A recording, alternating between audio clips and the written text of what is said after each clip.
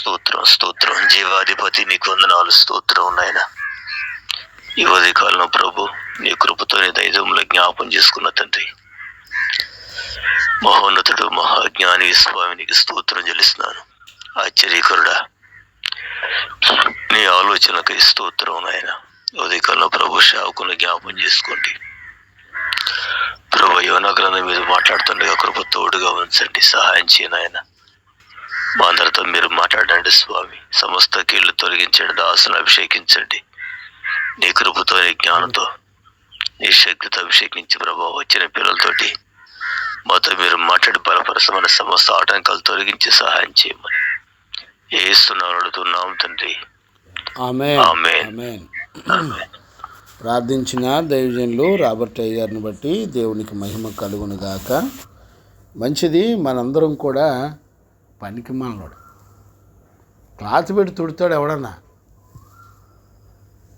అటివు. మంచిది. మన ప్రభు అయిన యేసయ్యకు మహిమ ఘనత ప్రభావములు కలుగునుగాక.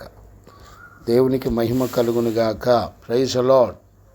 చూడండి నాన్న, మనందరం కూడా పరిశుద్ధుడైన దేవుని సన్నిధిలో మనందరం కూడా నేర్చుకుంటున్నాము. యోనా పుస్తకం మనందరం కూడా ధ్యానం చేసుకుంటున్నాము. యోనా పుస్తకంలో మనం మొదటి అధ్యాయంలో ఇంచుమించుగా నాకు తెలిసి 6 వచనాల వరకు ధ్యానం చేసుకున్నట్లుగా నాకు జ్ఞాపకం ఉంది. లాస్ట్ మంత్ 26వ తారీఖున లాస్ట్ సెక్షన్ ఇవ్వడం జరిగింది. మధ్యలో అనారోగ్యాల కారణం చేత మరలా నేను లైవ్ ఇవ్వలేకపోయాను. మరలా ఈ దినాన దేవుడు తన దయను మనందరిపైన ఉంచాడు. దేవునికి మహిమ కలుగునుగాక. చూడండి నాన్న, యోనా పుస్తకంలో మనందరం కూడా 2వ సెక్షన్లో కంటే మొదటి అధ్యాయంలో 2వ సెక్షన్లోకి వచ్చాం. మొదటి సెక్షన్ మొదటి వచనం నుంచి 3 వచనాల వరకు ఆల్రెడీ ధ్యానం చేసుకున్నాం. 2వ సెక్షన్లో 4వ వచనం నుండి 17వ వచనం వరకు పరిశుద్ధుడైన దేవుని చేత మనందరం కూడా బోధించబడతా ఉన్నాము. చూడండి నాన్న, 4వ వచనం 5వ వచనం 6వ వచనం వరకు ఆల్రెడీ మనం ధ్యానం చేసుకున్నాము. ఇక్కడ ఒకసారి నేను రిపీట్ చేసి 7వ వచనం నుండి ఈరోజు మనం ధ్యానం చేసుకోవడానికి పరిశుద్ధాత్మ దేవుడు మనందరికీ సహాయం చేసి నడిపించునుగాక. చూడండి నాన్న, అయితే యెహోవా సముద్రం మీద పెద్ద గాలిని పుట్టింపగా సముద్రము గొప్ప తుఫాను రేగి ఓడ బద్దలైపోవు గతి వచ్చెను. కాబట్టి నావికులు భయపడి ప్రతివాడును తమ తమ దేవతలను ప్రార్థించి ఓడ చులకన చేయుటకై అందులోని సరుకులను సముద్రంలో పారవేసిరి. అప్పటికి యోనా ఓడ దిగువ భాగమునకు పోయి పండుకొని గాఢ నిద్ర పోయి ఉండెను. అప్పుడు ఓడ నావికుడు అతని యొద్దకు వచ్చి, ఓయి నిద్రపోతా, నీకేమి వచ్చినది? లేచి నీ దేవునికి ప్రార్థించుము, మనము చావకుండా ఆ దేవుడు మన యందు కనికరించునేమో అనెను. చూడండి, ఈ 4, 5, 6 వచనాల్లో యోనా దేవుని యొక్క సన్నిధిలో నుండి పారిపోతున్నట్లుగా మనం లేఖనాల్లో చదువుకున్నాం. పారిపోయినటువంటి తన సేవకుని దేవుడు ఎలా రక్షించుకోవాలో ఆయనకి తెలుసు. ఆయన సముద్రం మీద పెద్ద గాలిని పుట్టించడాన్ని మనం చూస్తున్నాం. ఈ గాలి పుట్టించేటువంటి ప్రభావాన్ని ఓడ నావికులు గుర్తుపట్టారు, కానీ యోనా గుర్తుపట్టలేదు. కారణం ఏంటంటే యోనా హృదయం నిండా దేవుని సన్నిధిలో నుంచి నేను దూరంగా తప్పించుకొని పోవాలి అనే ఆలోచన తప్ప వేరొక ఆలోచన లేదు. చూడండి, ఓడ సముద్రంలో ప్రయాణం చేస్తుండగా ఆ పెద్ద గాలి తుఫాను పుట్టినప్పుడు అన్యజనులైనటువంటి ఓడ నావికులందరూ కూడా వెంటనే వాళ్ళ దేవుళ్లను ప్రార్థించినట్లుగా మనం చూస్తున్నాం. చూడండి, అన్యజనులు దేవుని మీద ఆనుకొని ఏ ప్రభావం దేనిని బట్టి వస్తుందో గమనించగలుగుతున్నారు.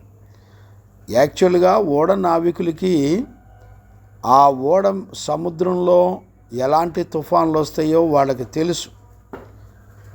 కానీ ఈ గాలి అప్పటికప్పుడు పుట్టినట్టుగా ఉంది.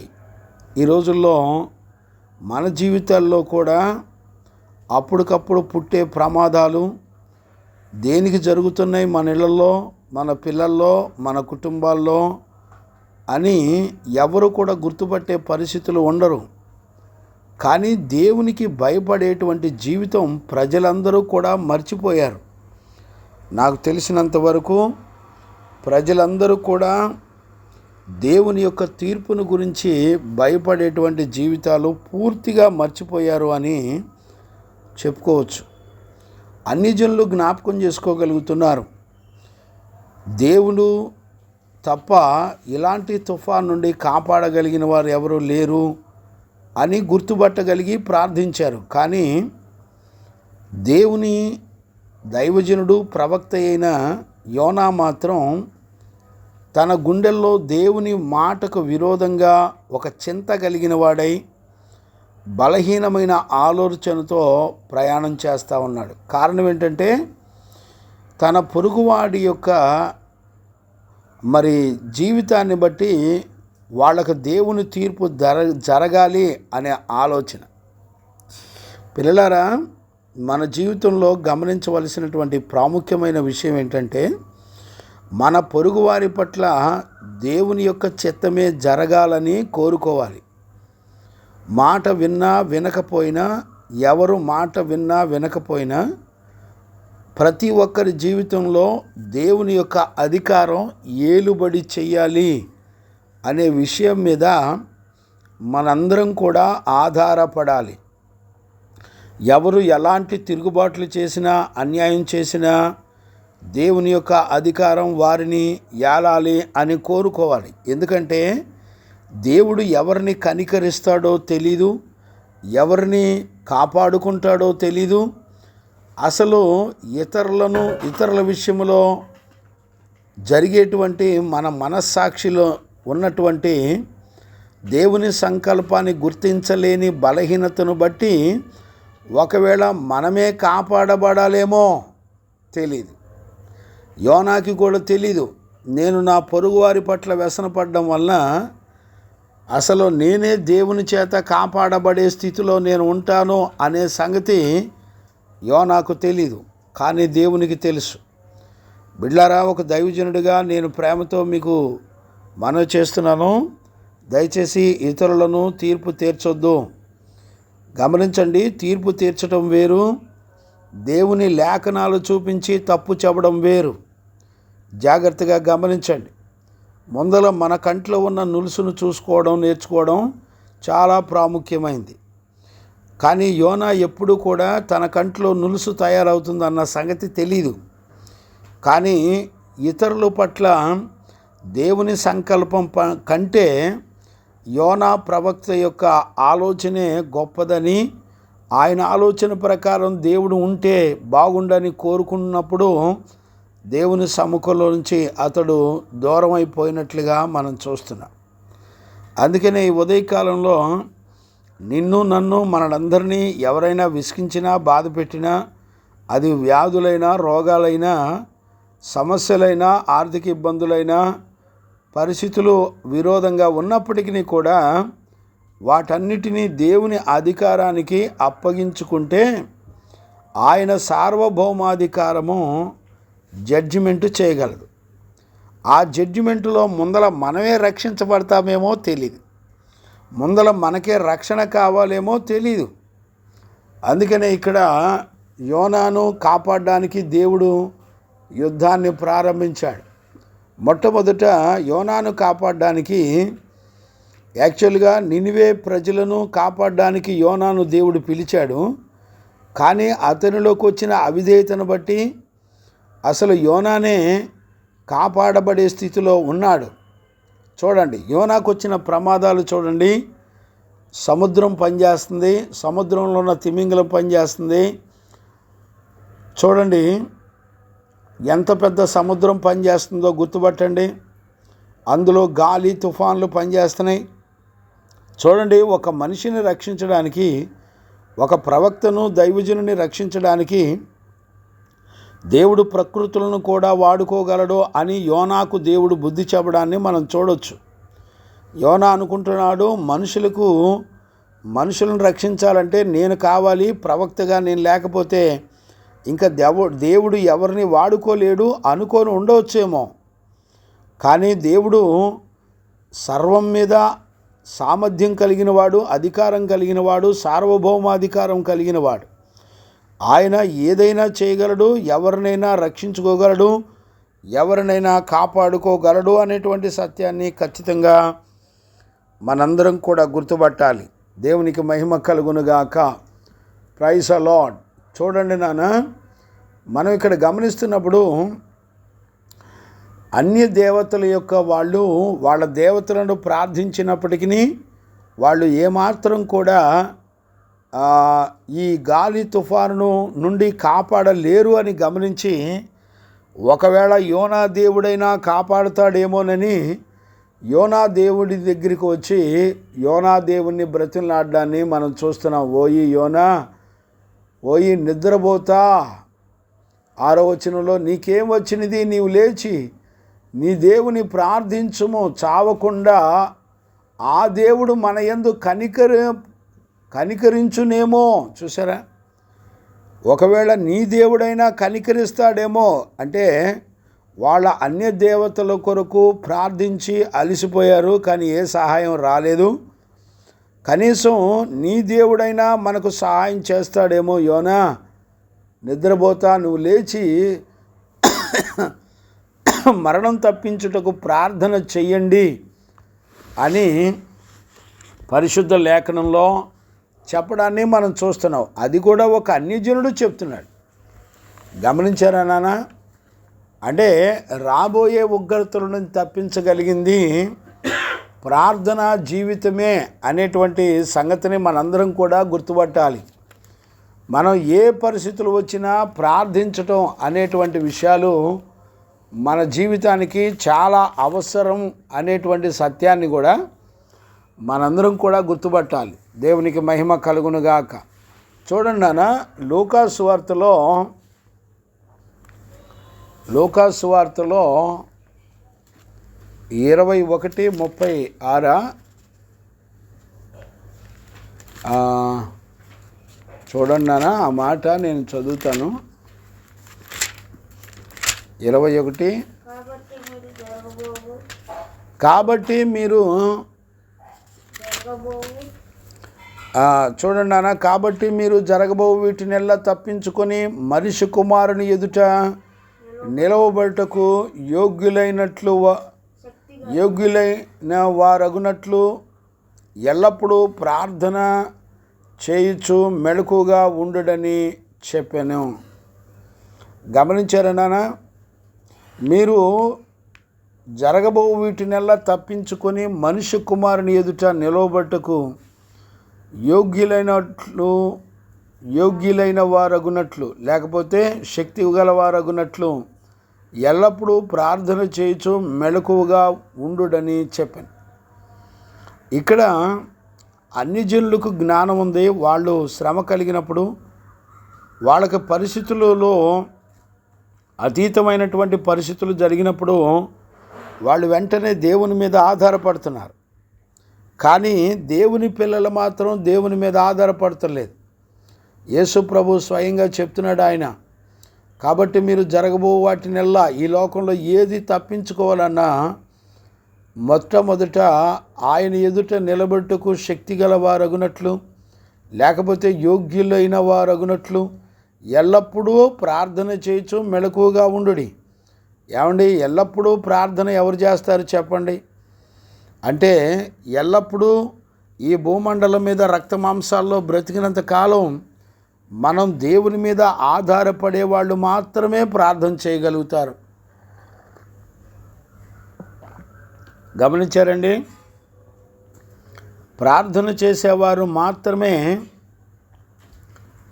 దేవుని మీద ఆధారపడి ప్రార్థన చేస్తారు. ఈ రోజుల్లో ఏ పరిస్థితులు నీ కళ్ళ ముందర ఉన్నా ప్రార్థించేవారిగా ఉండాలి అనే సత్యాన్ని కూడా మనం చూస్తున్నాం. ఈ భూమండలం మీద అంత్య దినాల్లో రాబోయే వాటన్నిటిని కూడా తప్పించేది ప్రార్థన. యోనా యొక్క చింత దేవుని మీద ఆధారపడి ప్రార్థించటం అనే అనుభవాన్ని పోగొట్టుకున్నాడు. అంటే ఇప్పుడు యోనాకి పరిస్థితుల ద్వారా శ్రమలు వస్తాయి, ప్రకృతుల ద్వారా శ్రమలు వస్తాయి, తోటి మనుషుల ద్వారా శ్రమలు వస్తాయి. యోనా ఎక్కడ ఉన్నా కూడా శ్రమను ఎదుర్కోవలసినటువంటి పరిస్థితులు ఉంటాయి. దైవ చిత్తానుసారమైన శ్రమలు ఎదుర్కోవడం వేరు, మన స్వయంకృత అపరాధాల వలన శ్రమలు అనుభవించడం వేరు.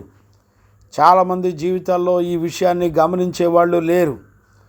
కాబట్టి ఉదయకాలంలో దేవుని వాక్యాన్ని వింటున్న దేవుని పిల్లారా, మనం ప్రార్థించి దేవుని మీద ఆధారపడేటువంటి జీవితాన్ని కలిగి ఉండాలి. మన స్వనీతి అనే దానిని తప్పకుండా మనం విడిచిపెట్టాలి. దేవునికి మహిమ కలుగును గాక. Praise the Lord. ఇప్పుడు చూడండి, మనం 7వ అధ్యాయం 7వ వచనంలోకి వద్దాం. దీని విషయాలన్నీ కూడా గత లాస్ట్ సెక్షన్లో నేను చెప్పడం జరిగింది. ప్రభు మనతో మాట్లాడుతూ వచ్చాడు. కానీ ఈరోజు మనం ఈ విషయాలన్నీ కూడా 7వ వచనం నుండి మనం ధ్యానం చేసుకుందాము. 7వ వచనం కూడా మనం చదువుకుందాం. లాస్ట్ సెక్షన్లో ఇక్కడ వరకు చెప్పినట్లుగా నాకు జ్ఞాపకం ఉంది, కొంచెం నేను రిమైండ్ చేశాను. 7వ వచనాన్ని మనం ఇప్పుడు చదువుకుందాం. చూడండి, అంతలో ఓడవారు ఎవరిని బట్టి కీడు మనకు సంభవించినది తెలియుటకై మనము చీట్లు వేతుము రండని ఒకరితోనొకరు చెప్పుకొని చీట్లు వేయగా ఆ చీట్లు యోనా మీదికి వచ్చెను. చాలా జాగ్రత్తగా గమనించండి.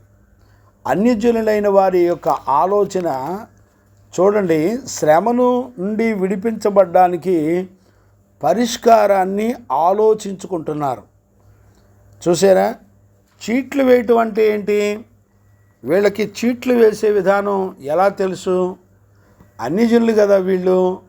అన్యజనులకి చీట్ల విషయాలు ఎలా తెలుసండి? చూడండి, మనకంటే అన్యజనులే నయం. మీకు జ్ఞాపకం ఉందో లేదో నాకు తెలీదు, మనకి కొత్త నిబంధనలో కానివ్వండి, పాత నిబంధనలో కానివ్వండి, చాలా సందర్భాల్లో చీట్లు వేయబడ్డాయి. గమనించారా? యేసుక్రీస్తును గురించినటువంటి ప్రవచనంలో 22వ కీర్తనలో కూడా యేసుక్రీస్తును గురించినటువంటి ప్రవచనం 22:18లో ఆ మాటలు రాయబడి ఉంటాయి. గమనించారా? ఇవన్నీ మనకు తెలిసిన విషయాలే, అయినా కూడా నేను దాన్ని జ్ఞాపకం చేస్తాను. చూడండి అన్న, 22వ అధ్యాయము 18వ వచనాన్ని నేను చదువుతాను. చూడండి, నా వస్త్రములు వారు పంచుకొనుచున్నారు, నా అంగీ కొరకు చీట్లు వేయుచున్నారు. గమనించరా? నా వస్త్రములు వారు పంచుకొనుచున్నారు, నా అంగీ కొరకు చీట్లు వేయుచున్నారు. చూడండి, ఇది అంగీ కొరకు చీట్లు వేయుచున్నారు అనే మాట యాక్చువల్గా ప్రవచనం యొక్క నెరవేర్పు. గమనించారా? ఇలా చీట్లు వేయాలి అని దేవుని యొక్క సంకల్పం. అంటే ఇక్కడ చీట్లు వేయటం అనేది ఏంటి? మనుషునికి అసాధ్యమైనప్పుడు దేవుని ఆలోచన ఏంటో తెలుసుకోవడానికే చీట్లు వేస్తారు. గమనించారా? అంటే మనిషికి గురించినటువంటి దేవుని సంకల్పాన్ని తెలియచేస్తుంది. గుర్తుపట్టారా? చాలా జాగ్రత్తగా ఈ మాటలు అర్థం చేసుకోవాలి. దేవునికి మహిమ కలుగునుగాక. గమనిస్తున్నారా నాన్న? మన ప్రభు అయిన యేసయ్యకు మహిమ, ఘనత, ప్రభావములు కలుగునుగాక. చూడండి, చీట్లు వేయటం అనేటువంటి విషయాలు మనం పాత నిబంధనలో యెహోషువలో, దినవృత్తాంతాల్లో, నిర్గమాకాండంలో, లేవీకాండంలో, యేస్కేలు పుస్తకంలో, ఇంకా చాలా చోట్ల అక్కడ దాకెందుకు కొత్త నిబంధనలో అపోస్తుల కార్యాల్లో కూడా మరి తుఫాన్ వచ్చినప్పుడు, లేకపోతే ఆ యోధా ప్లేస్లో మరి 12 మంది అపోస్తుల్లో యోధా చనిపోయినప్పుడు ఆ ప్లేస్ను భర్తీ చేయడానికి కూడా అపోస్తులు మరి ఈ విషయాన్ని చదివినట్లుగా మనం చూస్తున్నాం. చూడండి నాన్న, ఆ మాటను కూడా నేను చదువుతాను. చూడండి, అపోస్తుల కార్యాలు, ఒక్క నిమిషం నాన్న, 1వ అధ్యాయము 26 అనుకుంటాను. 1వ అధ్యాయము 26వ వచనం చదువునానా, చదువు. అంతటా వారు వీరిని గూర్చి చీట్లు వేయగా మత్తయ్య పేరట చీటి వచ్చెను గనక 11 మంది అపోస్తులతో కూడా లెక్కింపబడెను. చూసారండి, అంతటా వారు వీరిని గూర్చి చీట్లు వేయగా మత్తయ్య పేరిట చీటి వచ్చెను గనుక అతడు 11 మంది అపోస్తులతో కూడా లెక్కించబడెను. గమనించారా? అంటే కొత్త నిబంధనలో 12 మంది అపోస్తుల్లో యోధా చనిపోయిన తర్వాత అతని ప్లేస్ భర్తీ చేయడానికి కూడా చీట్లు వేశారు. ఈ చీట్లు వేసే పద్ధతి దేవుని యొక్క ఆలోచన తెలుస్తుంది అనే సత్యాన్ని కూడా మనం గుర్తుపట్టవచ్చు. కానీ కొత్త నిబంధనలో ఇంకా మరెక్కడా కూడా దీన్ని ప్రోత్సహించినట్లుగా లేఖనాల్లో అయితే ఎక్కడా లేదు. కొత్త నిబంధనలో యేసు ప్రభు వచ్చిన తర్వాత, లేకపోతే కొత్త నిబంధన సంఘం ప్రారంభించబడిన తర్వాత ఇక చీట్లు వేసే పద్ధతులు లేవు. మరలా దయచేసి లేఖనాలు జాగ్రత్తగా గమనించండి. చాలామంది చీట్లు వేసినట్టుగా బైబిల్ని కూడా సడన్గా మధ్యలో తీసి ఏదో ఒక వాక్యాన్ని చదువుకుంటే దేవుడు నాతో మాట్లాడతాడని చాలామంది అనుకుంటారు. ఈ పద్ధతులన్నీ కూడా రాంగ్. దయచేసి ఇలాగ మనకి అనుకూలంగా వస్తే వాక్యాలు అనుకొని దయచేసి భ్రమపడి మధ్యలో వాక్యాలు తీసి చదువుకోమాకండి. కొత్త నిబంధన ఇలాంటి పద్ధతులను ఎక్కడా కూడా అంగీకరించలా. ఒక వాక్యానికి మన జీవితానికి చాలా సంబంధాలు ఉన్నాయి.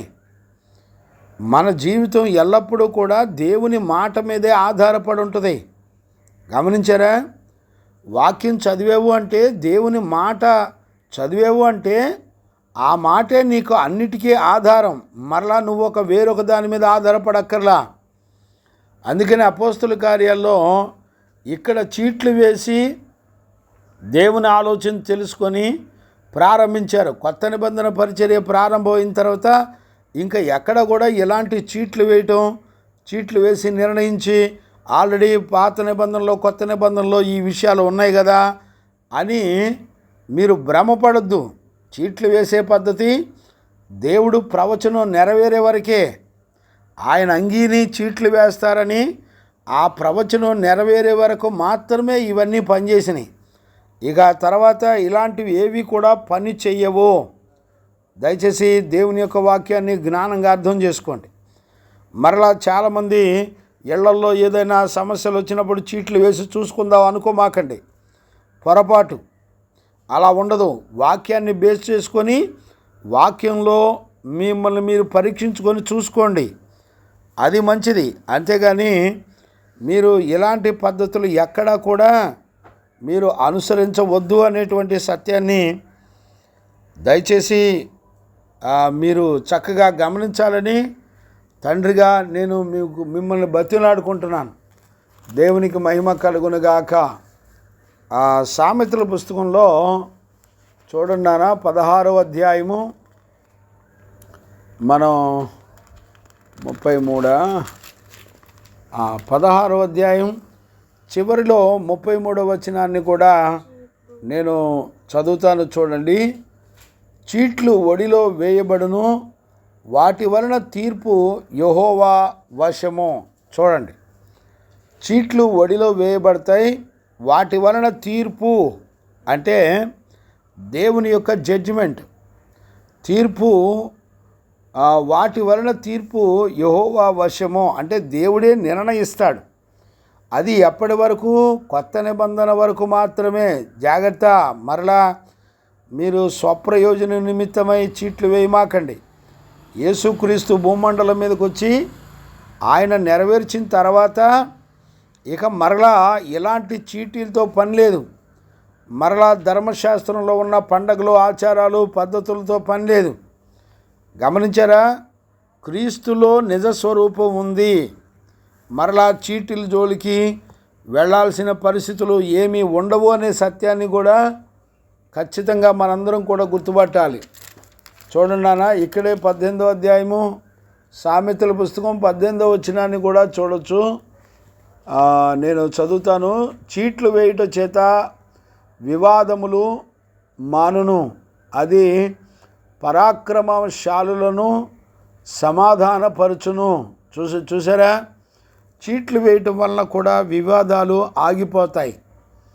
ఇది ఇప్పుడు ఎంతకాలం అనంటే నిజస్వరూపమై ఉన్న యేసుక్రీస్తు వచ్చినంత వరకు మాత్రమే ఈ చీట్లు.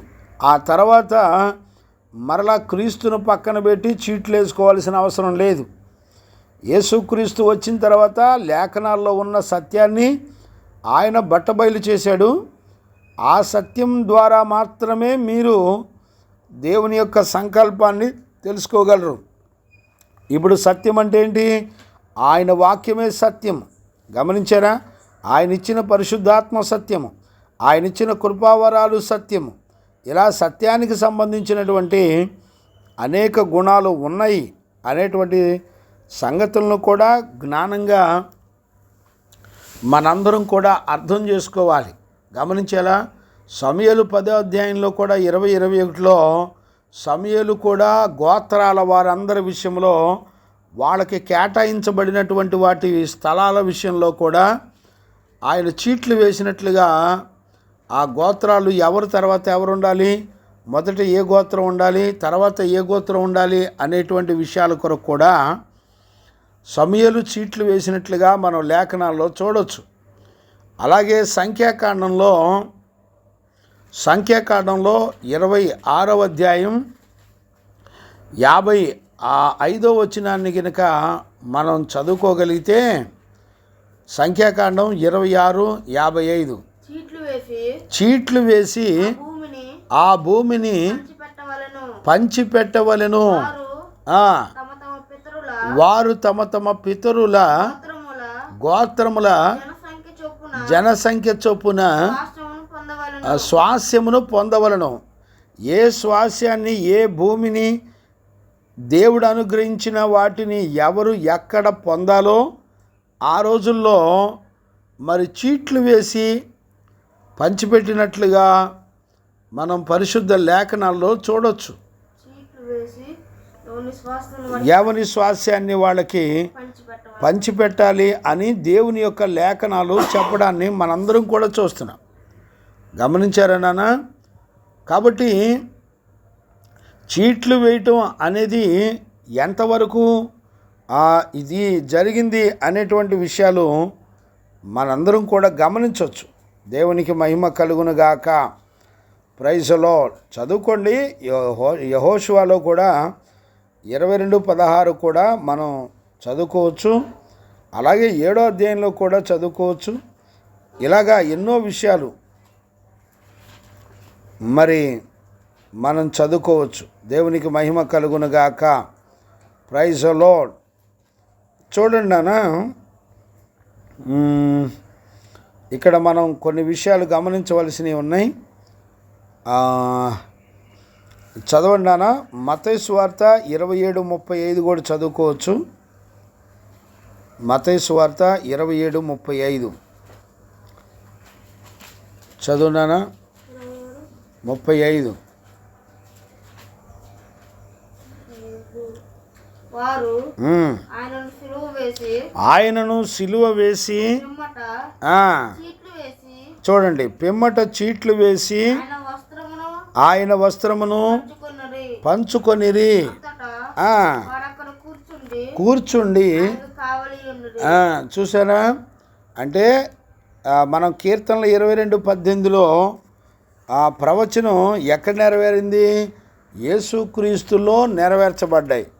గమనించారా నాన్న? కాబట్టి అంటే ముందుగానే దేవుని యొక్క సంకల్పాన్ని తెలియచేయడాన్ని మనం చీట్ల ద్వారా చూడవచ్చు. అందుకనే మనం ఈ విషయాన్ని కూడా గమనించవచ్చు అనేటువంటి సత్యాన్ని మనం చూడవచ్చు. అందుకనే చూడండి, ఈ చీట్లు వేయటం అనేది దేవుని యొక్క తీర్పును తెలియజేస్తుందని మనం ఆల్రెడీ సామెతల పుస్తకంలో చదువుకున్నాం. చూడండి నాన్న, 1 కొరింథీ పత్రికలో 4వ అధ్యాయము 5వ వచనాన్ని నేను చదువుతాను చూడండి. కాబట్టి సమయము రాక మునుపు, అనగా ప్రభు వచ్చు వరకు దేనిని గూర్చియు తీర్పు తీర్చకుడి.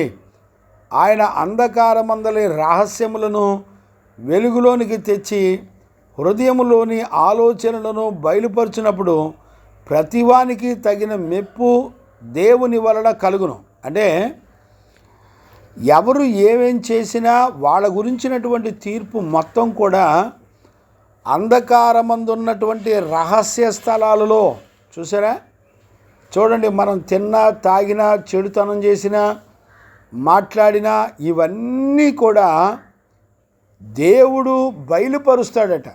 అంటే ఆయన తీర్పును తెలియజేస్తుంది.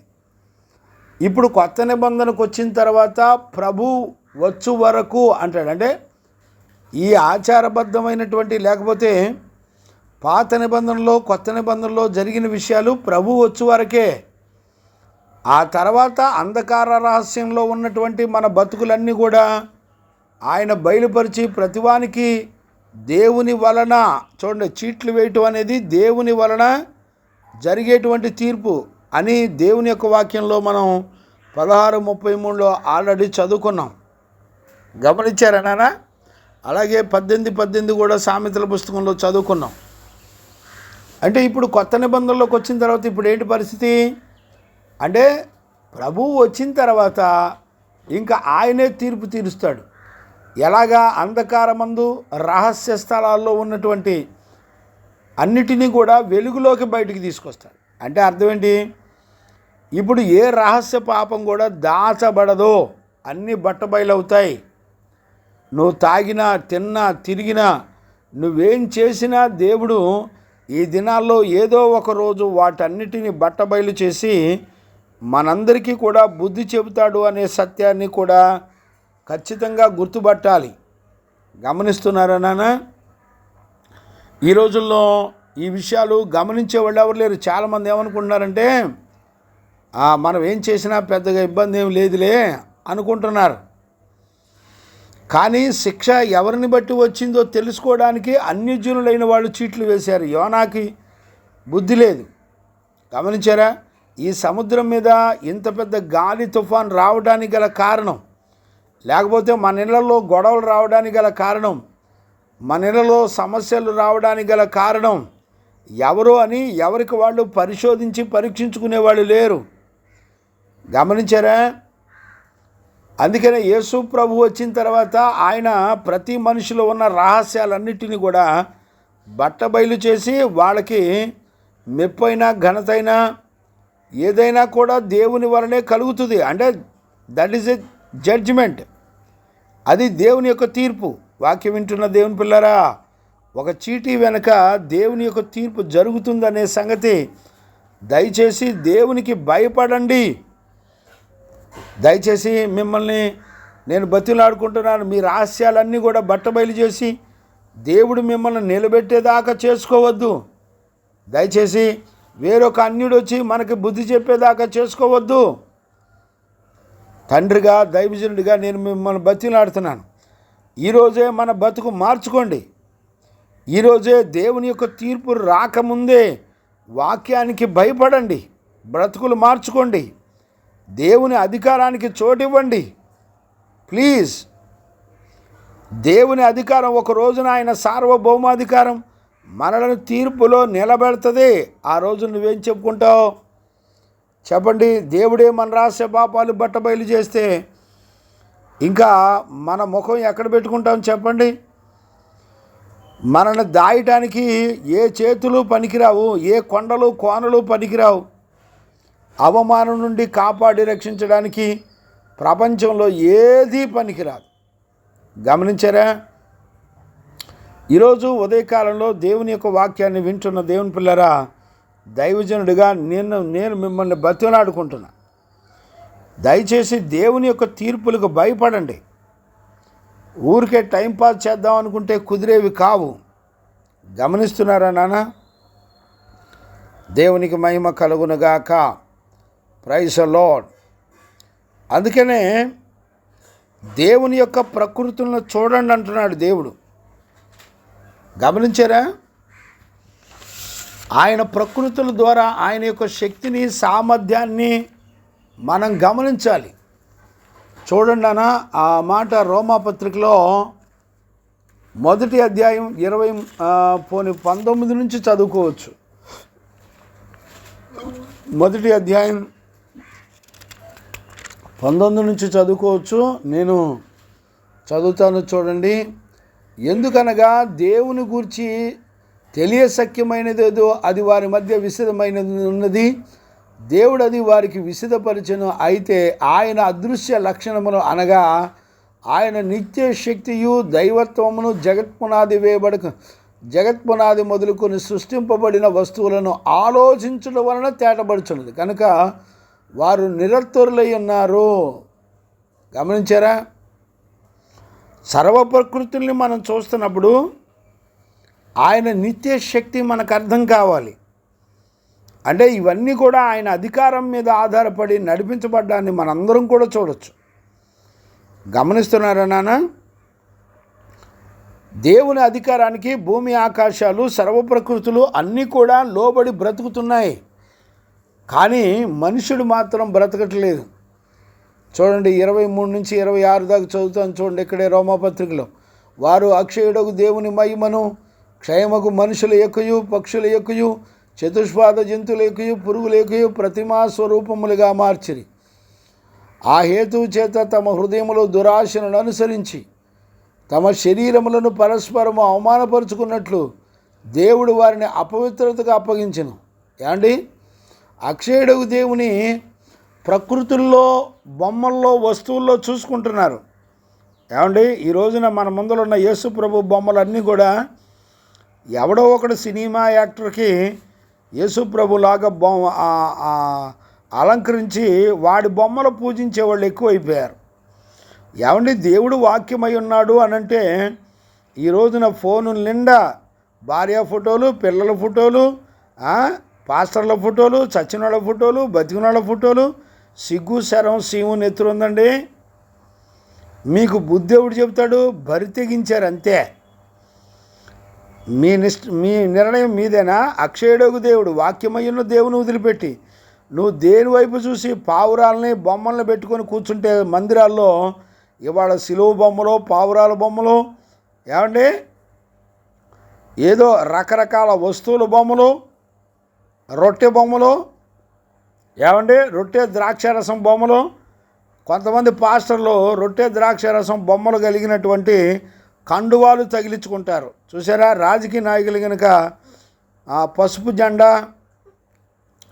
ఏదో పార్టీల జెండాలను తగిలించుకున్నట్టుగా వస్తువుల బొమ్మలను తగిలించుకొని ఆరాధనలు చేసే పాస్టర్లు లేకపోలేదు.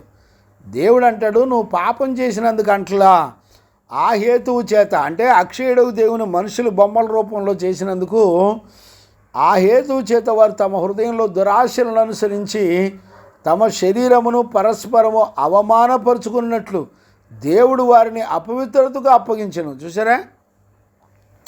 శరీరంలో చిన్న తేడా, నువ్వెందుకు విగ్రహాలని, లేకపోతే నువ్వెందుకు వెండి బంగారాలని, నువ్వెందుకు అందాన్ని, చందాన్ని, సౌందర్యాన్ని శరీరంలో వాంఛిస్తున్నావో, శరీరంలో వాక్యానికి భిన్నమైన ఆశలు, కోరికలను అనుసరిస్తున్నావో తెలుసా నీకు?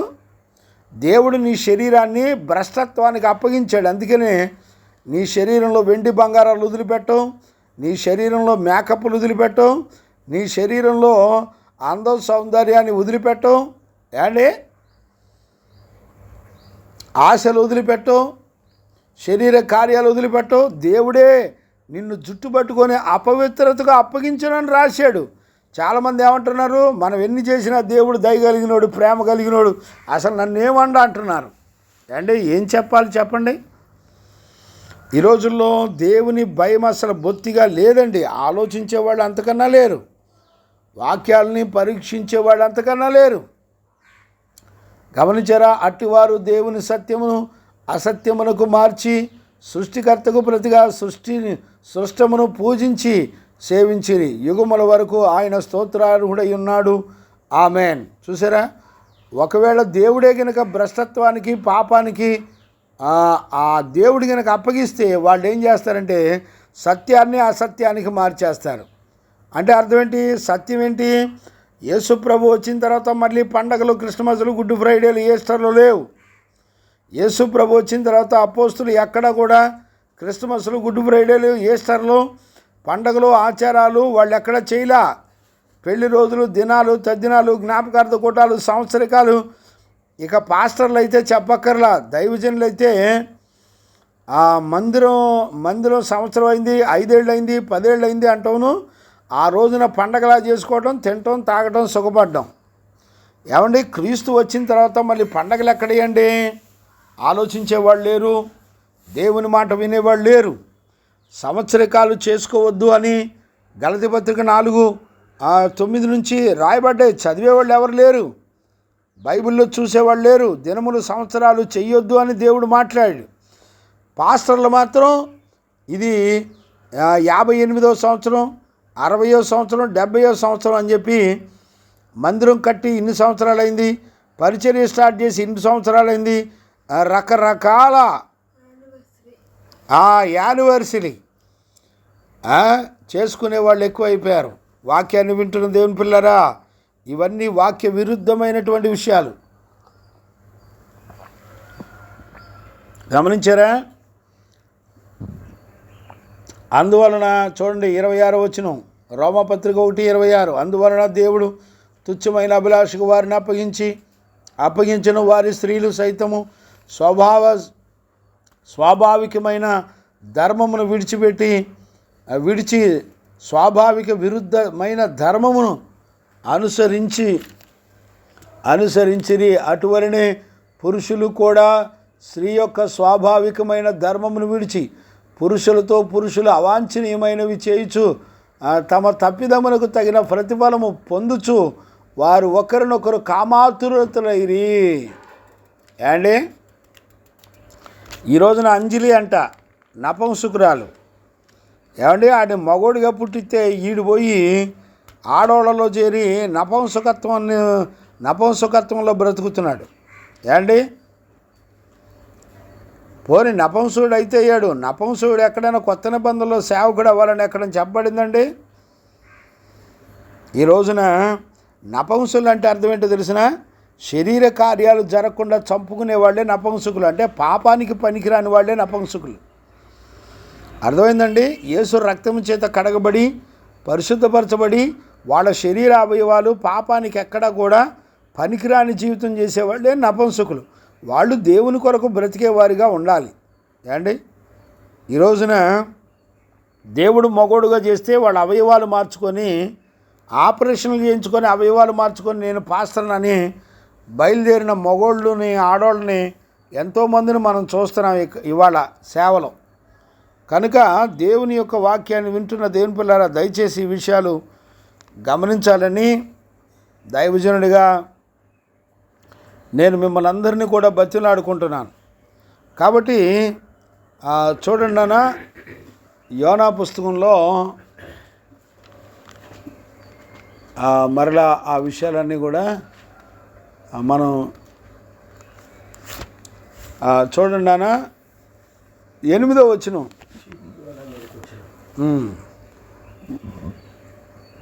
8వ వచనాన్ని చదువుతున్నాను చూడండి. కాబట్టి వారు అతనిని చూచి ఎవరిని బట్టి ఈ కీడు మాకు సంభవించినదో, నీ వ్యాపారం ఏమిటో, నువ్వెక్కడి నుండి వచ్చితువో, నీ దేశమేమిటో, నీ జనమేమిదో ఈ సంగతి అంతయు మాకు తెలియజేయమనగా అతడు వారితో ఇట్లనెను.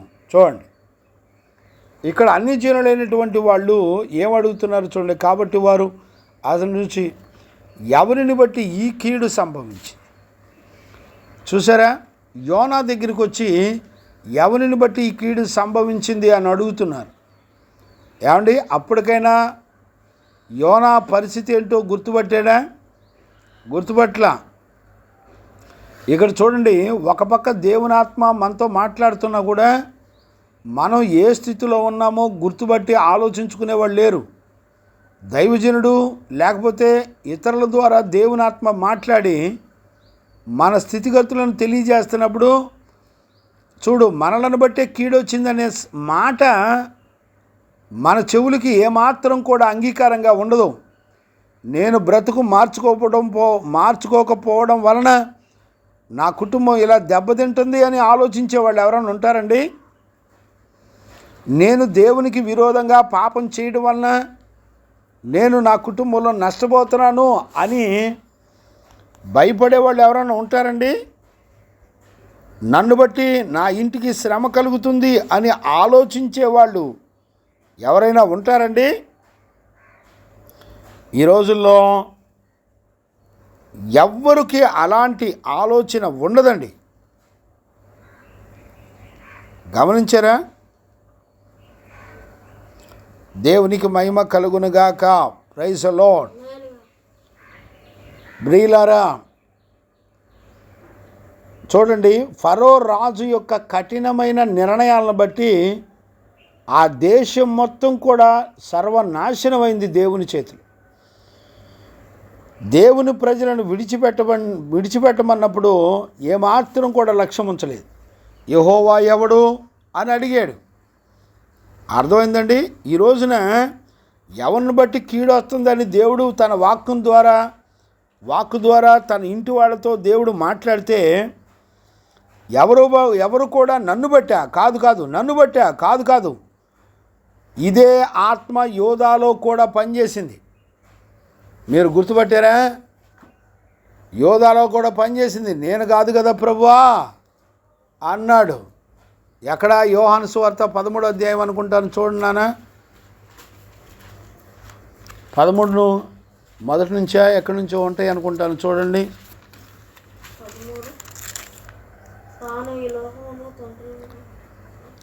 3వ వచనం చదువుతున్నాను. చూడండి, లేకపోతే 2వ వచనం.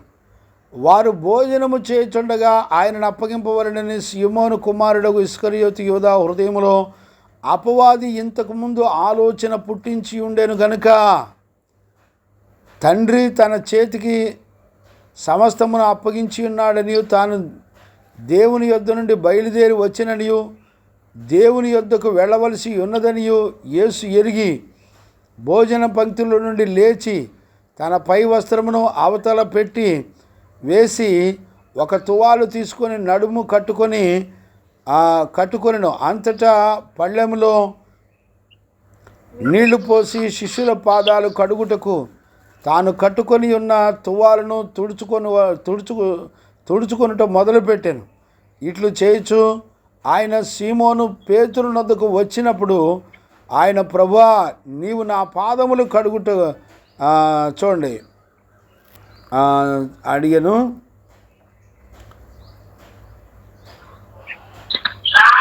చూడండి నాన్న, అంటే కిందకు వస్తున్నాను నేను. 11వ వచనం చూడండి. తన్ను అప్పగించు వారిని ఎరిగెను గనుక మీలో అందరూ పవిత్రులు కాదని ఆయన చెప్పింది. చూడండి, ఆయన పాదములు కడిగి తన పై వస్త్రములు వేసుకొనిన తర్వాత ఆయన మరలా కూర్చుండి, నేను మీకు అక్కడ ఏముంటుందంటే, నేను కాదు కదా ప్రభువా అంటాడు. ఇది ఎవరు? నాతో చూడండి 18వ వచనం. నాతో కూడా మిమ్మల్ని అందరిని గురించి నేను చెప్పలేదు. నేను ఏర్పరచుకున్న వారిని ఎరుగుదును కానీ నాతో కూడా భోజనము చేయవాడు నాకు విరోధి, తన మడమను ఎత్తెను అను లేఖనమును నెరవేరుటకై ఇలాగు జరిగెను. 26 చూడండి నాన్న. అందుకు యేసు, నేను ఒక ముక్కను ముంచి ఎవనికిత్తునో వాడే అని వాని చెప్పాను. ఆ ముక్క తీసుకొని సీమోను కుమారుడు తిరిగి వచ్చిన ఆ ముక్క పుచ్చుకొనగానే సాతాను వానిలో ప్రవేశించు. కాదు నాన్న, నేను కాదు కదా అని అంటాడు. ఆ మాట ఎక్కడ ఉందో చూడండి. ఎవరు అప్పగించబోతున్నారు అని అడిగినప్పుడు కలవరపడి, మీలో ఒకడు నన్ను అప్పగించి మీతో రూఢిగా 22 ఆయన ఎవరిని గురించి ఇలాగూ చెప్పినో ఆ శిష్యుడు సందేహపడుచు ఒకరి తట్టు ఒకరు చూచుకొని చుండగా ఆయన శిష్యులలో యేసు ప్రేమించిన ఒకడు యేసు రొమ్మున ఆనుకొనుచుండెను గనుక ఎవరిని గురించి ఆయన చెప్పినో అది తమకు చెప్పమని సీమోను పేతురు అతనికి సైగ చేశాను. ఆ రొమ్ము నాను ప్రభువా వాడు ఎవడని అడిగాను. అందుకు యేసు ఒక మనుషును రైట్ చూడండి, అర్థమైందండి. ఆయన ఎవరికైతే ముఖము ఆ శరీర రక్తం తిన్నాడో వెంటనే అతనిలోకి దురాత్మ వచ్చింది. ఇప్పుడు అంటే ఇక్కడ ఇస్కరియోతు యోధ తన తప్పును తను తెలుసుకోవట్లా. ఎవరిని బట్టి ఈ కీడు సంభవిస్తుంది దేవుడు చెప్తున్నాడు. ఎవడైతే అప్పగించాలనుకుంటున్నాడో వాడు మరణానికి పాత్రుడైపోతాడని దేవుడు చెప్తున్నాడు. తను అప్పగించువాడు శ్రమ పడతాడని దేవుడు చెప్తున్నాడు. కానీ ఎక్కడా కూడా వాడు ఒప్పుకోవటం లేదు. గమనించారా నాన్న? ఈ ఒప్పుకోని మనసు యోధాలో 3వ వచనంలో ప్రవేశించింది. యోధాలో ముందుగానే ప్రవేశించింది. అలాగే మన బ్రతుకులో ఎవరిని బట్టి కీడు సంభవించింది అంటే ఎవరికి వాళ్ళే నేను కాదు, నేను మంచోడు, నేను భక్తిపరురాలని, నేను భక్తిపరుణ్ణి, నేను చాలా గొప్పవాడిని అని చెప్పుకునే వాళ్ళు ఎక్కువైపోయారు. గమనించారండి?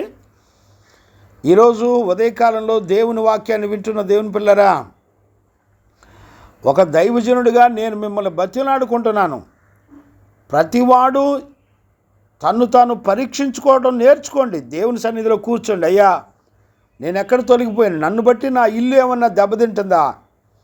భార్య తను తాను పరీక్షించుకోవాలి, భర్త తను తాను పరీక్షించుకోవాలి, పిల్లలు తను తాను పరీక్షించుకోవాలి. ప్రభా, నన్ను బట్టి ఎక్కడైనా నా కుటుంబం దెబ్బ తగులుతుందా?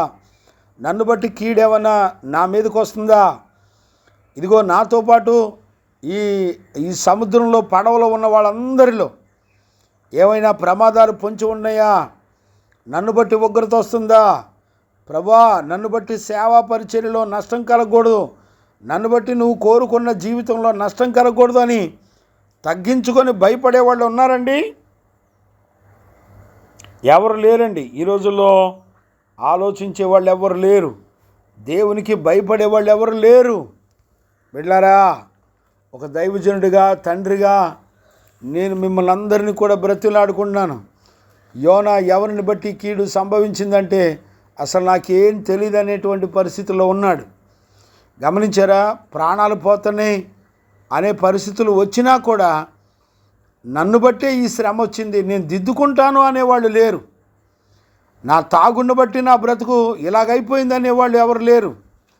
బిడ్డలారా, మంచి దినాలు దేవుడు మన జీవితంలో అనుమతించినప్పుడే, అన్ని పరిస్థితులు బాగున్నప్పుడే, దేవుని స్వరం నీతో మాట్లాడినప్పుడే నీ బ్రతుకు సరిచేసుకో.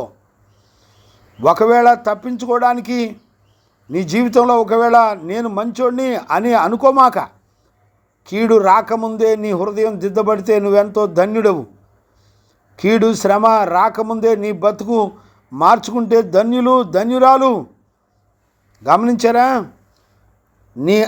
నీ పాపం నీ ప్రాణం తీసే వరకు కూడా నీ తప్పును ఒప్పుకోనీయకుండా సాతాను నిన్ను బలవంతం చేస్తుంది. గమనించారా? నీ వెండి బంగారం కూడా నిన్ను ఒప్పుకోకుండా అడ్డగించిద్ది. తెలుసండి? అపవాది అడ్డగిస్తాడని మాత్రమే తెలుసు. కానీ నీ వెండి బంగారం కూడా అడ్డగిస్తుందని ఎవడన్నా చదివేవాళ్ళు ఉన్నారండి బైబిల్లో? చూసేవాళ్ళు ఉన్నారా? యేసుకేలు పుస్తకంలో చదవండి. యేసుకేలు పుస్తకం 7వ అధ్యాయం 19వ వచనం చదవండి.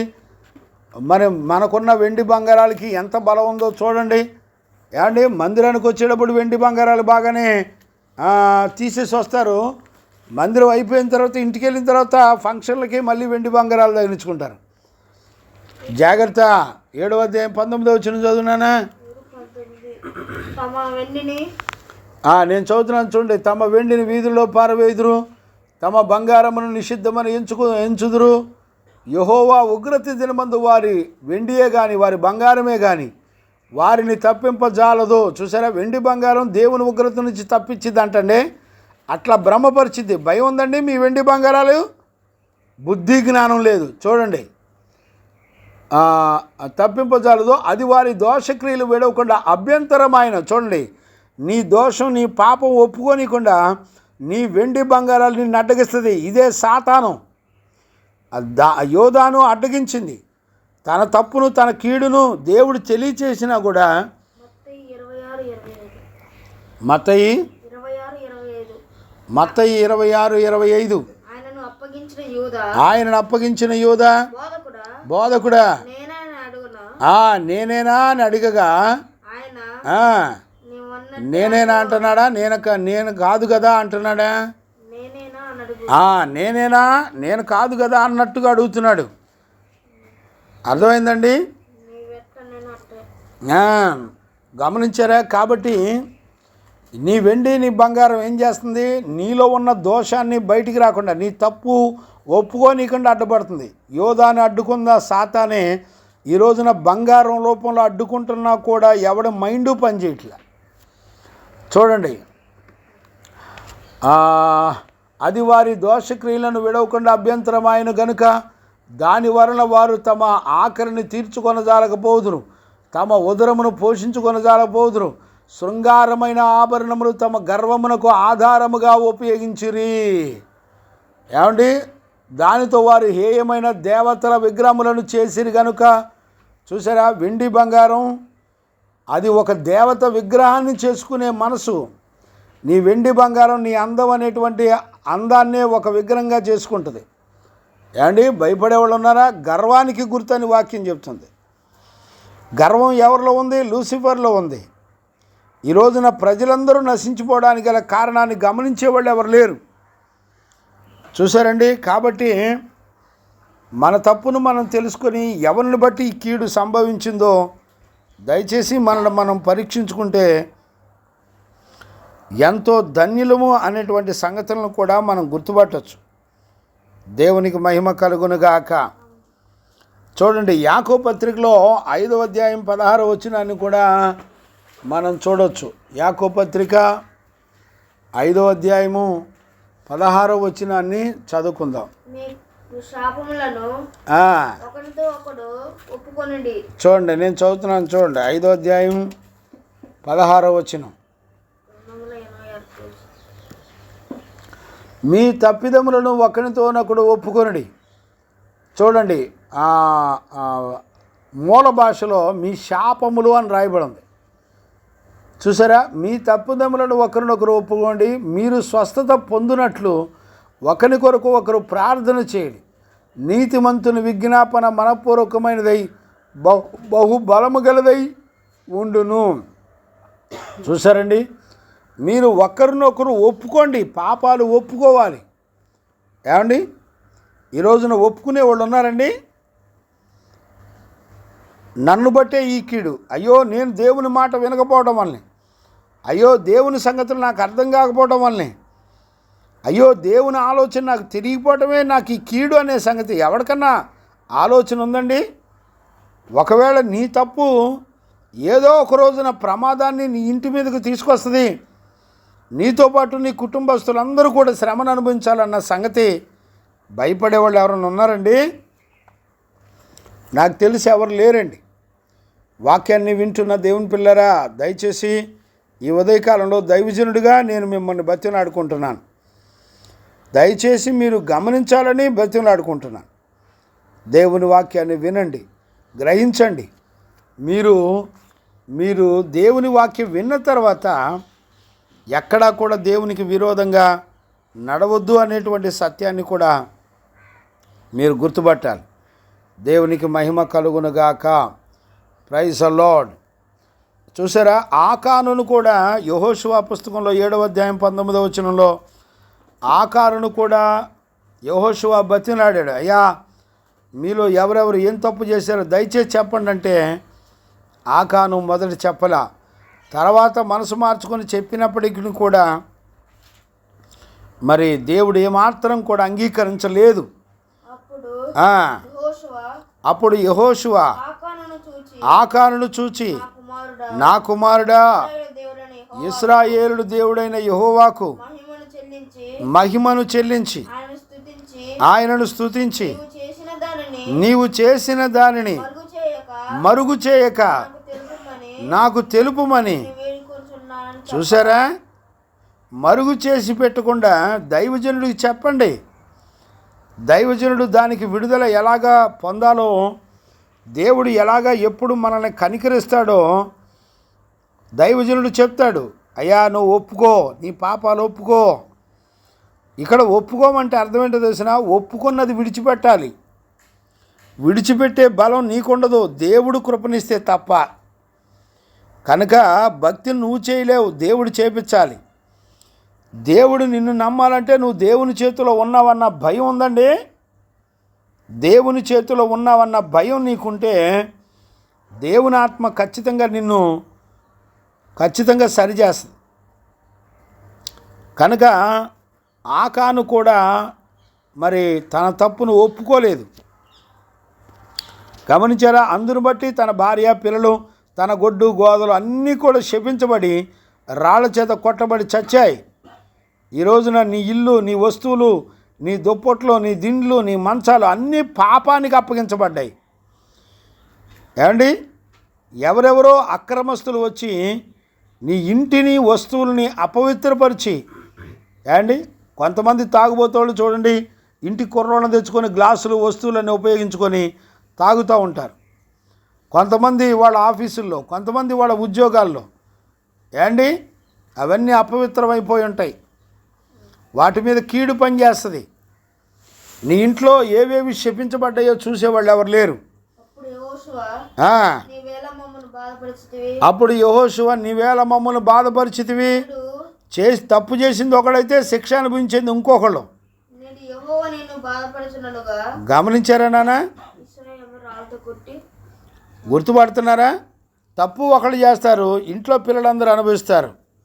ఆకాను తప్పు చేశాడు, ఇంట్లో భార్య, పిల్లలు వాళ్ళందరూ గొడ్డు గోద వాళ్ళ వస్తువులు అన్నీ కూడా రాళ్లతో కొట్టి చంపబడ్డాయి.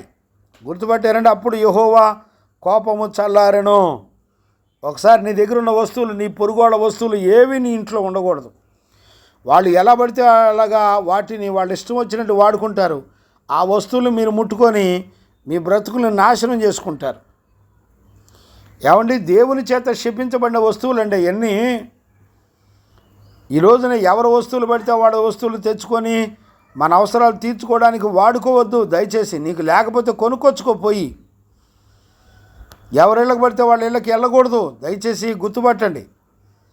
కాబట్టి ఉదయకాలంలో దేవుని యొక్క వాక్యాన్ని వింటున్న దేవుని పిల్లరా, ఎవరిని బట్టి కీడు వస్తుందనేది చాలా జాగ్రత్తగా గ్రహించుకోవాల్సిన అవసరత మనందరికీ ఉందనేటువంటి సత్యాన్ని కూడా మనందరం గుర్తుపట్టాలి. కాబట్టి ఈ ఉదయకాలంలో లైవ్లోకి వచ్చిన బిడ్డలందరూ దయచేసి గమనించి మనల్ని మనం దిద్దుకొని ప్రభు యొక్క రాకడ కొరకు సిద్ధపడడానికి పరిశుద్ధాత్మ దేవుడు మనందరికీ సహాయం చేసి నడిపించునుగాక. ఆమెన్. ప్రార్థన చేసుకుందాం. ప్రార్థన. మహాపరిశుద్ధుడైన తండ్రి, ఈ ఉదయకాలంలో నీ వాక్కును పంపి నీ బిడ్డలతో నాతో యోనా పుస్తకం 1వ అధ్యాయం 7-8 వచనాల ద్వారా నాతో మాట్లాడుతూ మాతో అందరితో మాట్లాడుతూ వచ్చారు. ఆయన యోనా పుస్తకం ప్రతి దినము లైవ్ జరుగుట కృపదయ చేయండి. లైవ్ ఇన్ని రోజులు ఎప్పుడూ ఆగలేదు. కనికరపడండి నాయన, నా ఎడల కృప చూపించండి. నీ బిడ్డలతో నాతో మీరు మాట్లాడి మహిమగల రాకడ కొరకు మమ్మల్ని అందరినీ మీరు సిద్ధపరిచినందుకు కృతజ్ఞతాస్తుతులు చెల్లిస్తూ యేసయ్య నిన్ను అడిగి పొంది ఉన్నాము తండ్రి. Amen, amen. ప్రార్థన ఆలకించి అడిగినవన్నీ పొందుకునే భాగ్యమిచ్చి విశ్వాసము ద్వారా జయ జీవితం ఇచ్చిన యేసయ్యకు స్తోత్రము చేయుదుము. స్తోత్రం, స్తోత్రం, స్తోత్రం, స్తోత్రం. తండ్రి, కుమార, పరిశుద్ధాత్మ దేవునికి స్తోత్రము చేయుదుము. స్తోత్రం, స్తోత్రం, స్తోత్రం, స్తోత్రం, స్తోత్రం. ఆమెన్. మన తండ్రి అయిన దేవుని నుండి, మన ప్రభు అయిన యేసుక్రీస్తు నుండి, పరిశుద్ధాత్మని యొక్క అన్యోన్య సహవాసము, సన్నిధి, సమాధానం విశ్వసించిన బిడ్డలకును సకల పరిశుద్ధులకును యేసయ్య కృపా సమాధానములు మనందరికీ తోడయుండి నడిపించునుగాక. Amen, amen, amen.